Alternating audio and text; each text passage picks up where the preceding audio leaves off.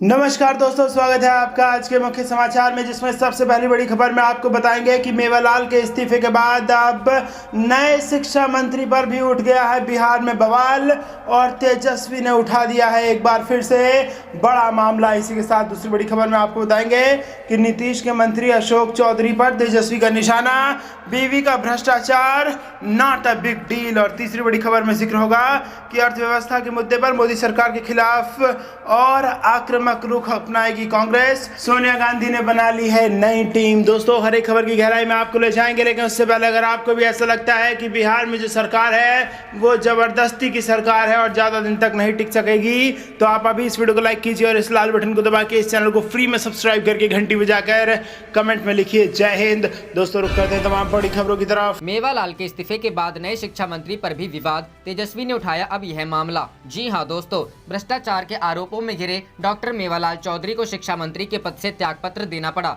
इसके बाद प्रदेश में जेडीयू के कार्यकारी अध्यक्ष अशोक चौधरी को शिक्षा मंत्री का प्रभार दे दिया गया, लेकिन अब वह भी विवादों में गिरते नजर आ रहे हैं। दरअसल इस बार आरोप सीधे उन पर नहीं, लेकिन उनकी पत्नी के भ्रष्टाचार के आरोपों से जुड़े मामले को लेकर है। विरोधी दल के नेता तेजस्वी यादव ने सोशल मीडिया का सहारा लेकर अशोक चौधरी को निशाना बनाया है और उनकी राजनीतिक शुचिता के दावे पर सवाल उठाया है। तेजस्वी यादव ने अपने ट्विटर अकाउंट पर अशोक चौधरी की पत्नी पर लगे भ्रष्टाचार को लेकर निशाना साधा और लिखा, साहित्यिक चोरी के दोषी मुख्यमंत्री नीतीश जी के मुकुटमणि, जेडीयू के कार्यकारी अध्यक्ष और मंत्री श्री अशोक चौधरी की पत्नी पर बैंक से करोड़ों की धोखाधड़ी और जालसाजी का आरोप है। सीबीआई जांच कर रही है, कोर्ट में केस है, इनकी निष्कपटता देखिए। कहते हैं बीवी का भ्रष्टाचार नॉट ए बिग डील। बता दें कि भ्रष्टाचार के मामले में कार्यकारी अध्यक्ष अशोक चौधरी की पत्नी पर बैंक से धोखाधड़ी का एक मामला चल रहा है, जिसकी जांच सीबीआई कर रही है। इस मामले में सीबीआई ने उन्हें चार्जशीटेड किया था। इसके बाद अशोक चौधरी की पत्नी हाई कोर्ट गई, जहां से वह बरी हो गई, लेकिन सीबीआई इस मामले को लेकर सुप्रीम कोर्ट चली गई, जहां हाई कोर्ट के फैसले को सस्पेंड कर दिया गया है। हालांकि मामला अभी अंडर ट्रायल है। गौरतलब है कि जेडीयू प्रदेश कार्यकारी अध्यक्ष ने एक निजी चैनल से बातचीत में इस पर अपना पक्ष रखते हुए कहा है कि ये मामला अभी कोर्ट में है और अभी हमारे पक्ष को सुना नहीं गया है। जब भी तारीख आएगी हम कोर्ट में अपना पक्ष रखेंगे, सुप्रीम कोर्ट में अपनी बात रखेंगे और वहां लड़ेंगे। रुख करते हैं अगली खबर की तरफ। नीतीश के मंत्री अशोक चौधरी पर तेजस्वी का निशाना, बीवी का भ्रष्टाचार नॉट ए बिग डील। जी हां दोस्तों, डॉक्टर मेवालाल चौधरी के बाद अब प्रदेश में जेडीयू के कार्यकारी अध्यक्ष और मंत्री अशोक चौधरी की चर्चा है। बिहार में विपक्ष के नेता तेजस्वी यादव ने अपने ट्विटर हैंडल से अशोक चौधरी पर हमला बोला है। उन्होंने एक ट्वीट पर रिएक्शन देते हुए लिखा है, साहित्यिक चोरी के दोषी मुख्यमंत्री माननीय नीतीश जी के मुकुटमणि, जेडीयू के कार्यकारी अध्यक्ष और मंत्री श्री अशोक चौधरी की पत्नी पर बैंक से करोड़ों की धोखाधड़ी और जालसाजी का आरोप है। सीबीआई जांच कर रही है, कोर्ट में केस है, इनकी निष्कपटता देखिए। कहते हैं बीवी का भ्रष्टाचार नॉट ए बिग डील। दरअसल बिहार तक से बातचीत के दौरान भवन निर्माण और समाज कल्याण विभाग के मंत्री अशोक चौधरी ने नीतीश कुमार पर लगे आरोप को लेकर कहा था कि सिर्फ आरोप लगाने से कुछ नहीं होता है, जब तक चार्जशीट नहीं होता है उसका कोई मतलब नहीं है। साहित्यिक चोरी के दोषी मुख्यमंत्री माननीय नीतीश जी के मुकुटमणि, जेडीयू के कार्यकारी अध्यक्ष और मंत्री श्री अशोक चौधरी की पत्नी पर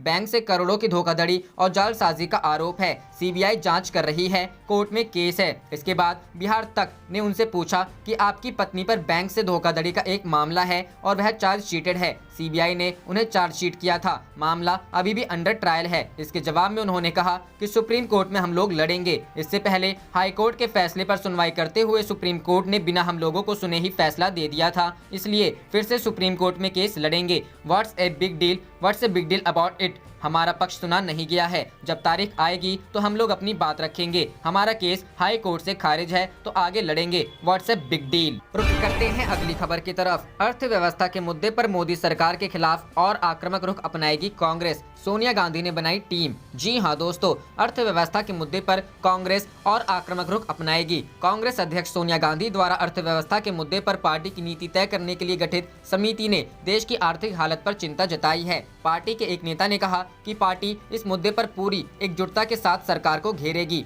शनिवार को पूर्व प्रधानमंत्री मनमोहन सिंह की अध्यक्षता में गठित आर्थिक समिति की पहली बैठक हुई। इस बैठक में आर्थिक स्थिति पर चर्चा करने के साथ विभिन्न विषयों पर पार्टी का रुख भी तय किया गया। कांग्रेस अध्यक्ष सोनिया गांधी ने स्वास्थ्य लाभ के लिए गोवा रवाना होने से पहले शुक्रवार को इस तरह की 3 समितियों का गठन किया था। इन समितियों में सोनिया गांधी ने असंतुष्ट नेताओं को भी जगह दी थी। कांग्रेस अध्यक्ष ने वरिष्ठ नेता गुलाम नबी आजाद, आनंद शर्मा और शशि थरूर को इन समितियों में शामिल किया है। इन नेताओं को पार्टी की समितियों में ऐसे वक्त शामिल किया गया है जब वरिष्ठ नेता कपिल सिब्बल सहित कई नेता आक्रामक रुख अपनाए हुए हैं।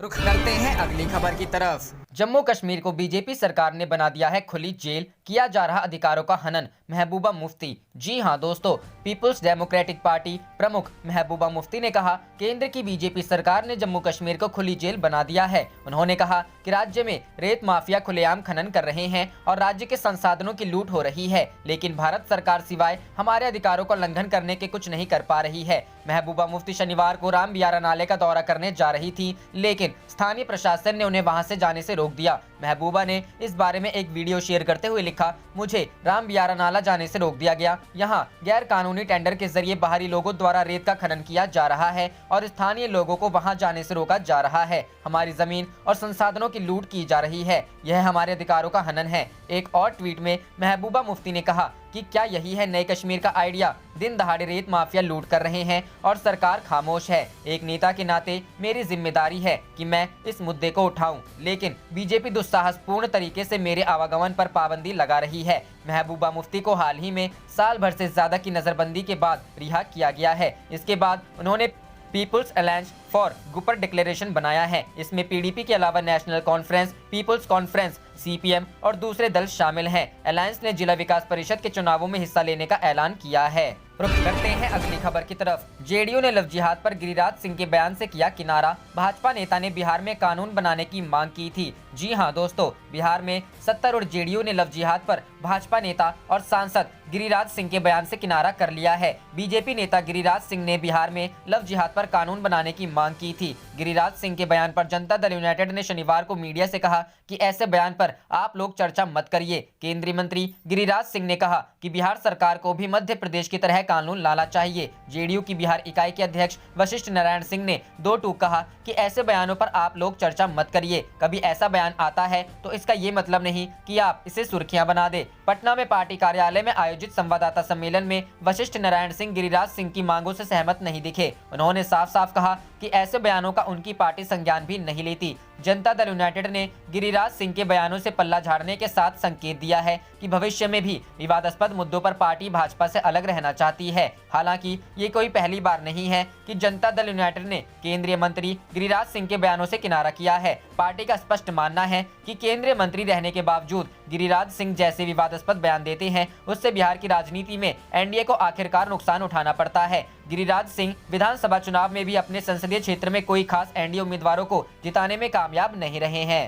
रुख करते हैं अगली खबर की तरफ। सीएम भूपेश बघेल बोले, कई बीजेपी नेताओं के परिजनों ने दूसरे धर्म की शादी, क्या यह भी लव जिहाद? जी हां दोस्तों, इन दिनों लव जिहाद का मुद्दा एक बार फिर से सुर्खियों में है। उत्तर प्रदेश के बाद अब कई बीजेपी शासित राज्यों ने कहा है कि वे भी लव जिहाद के लिए कानून बनाएंगे। अब छत्तीसगढ़ के मुख्यमंत्री भूपेश बघेल का बयान आया है। उन्होंने कहा है, भाजपा के कई नेताओं के परिवार वालों ने दूसरे धर्म में शादी की है। मैं उन भाजपा नेताओं से पूछना चाहता हूं कि क्या ये शादियां भी लव जिहाद की परिभाषा के अंतर्गत आएंगी? लव जिहाद पर कानून बनाने की मांग तेज होती जा रही है। अभी केंद्र सरकार ने तो इस मामले में कुछ नहीं कहा है, पर भाजपा शासित राज्यों में इसकी शुरुआत हो चुकी है। मध्य प्रदेश, उत्तर प्रदेश, कर्नाटक हो या गुजरात, सब इस पर कानून बनाने के लिए मसौदा तैयार करने में लग गए हैं। वहीं कांग्रेस शासित राज्य अन्य राज्यों द्वारा इस तरह का कानून लाने का विरोध कर रहे हैं। उत्तर प्रदेश, मध्य प्रदेश में कानून लाने की तैयारियां तेज। आपको बता दें कि उत्तर प्रदेश के गृह विभाग ने लव जिहाद के खिलाफ प्रस्तावित कानून का मसौदा तैयार कर लिया है। यह मसौदा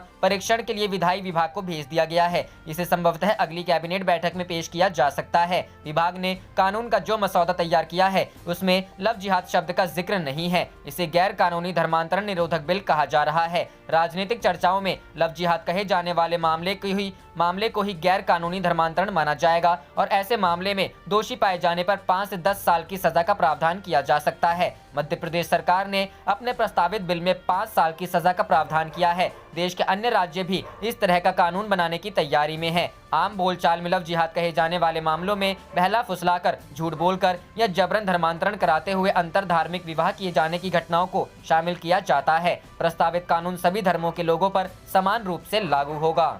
करते हैं अगली खबर की तरफ। तेजस्वी यादव का हमला, नीतीश सरकार के 8 मंत्रियों का दामन दागदार। जी हां दोस्तों, राष्ट्रीय जनता दल के नेता तेजस्वी प्रसाद यादव ने मंत्रियों के दागदार दामन को लेकर शनिवार को एक बार फिर सरकार पर हमला बोला। अपने ट्वीट में उन्होंने आरोप लगाया कि नीतीश कुमार जी के 14 में से 8 मंत्रियों पर आपराधिक मामले दर्ज हैं। आप देख रहे थे आपका अपना चैनल जय हिंद जय भारत।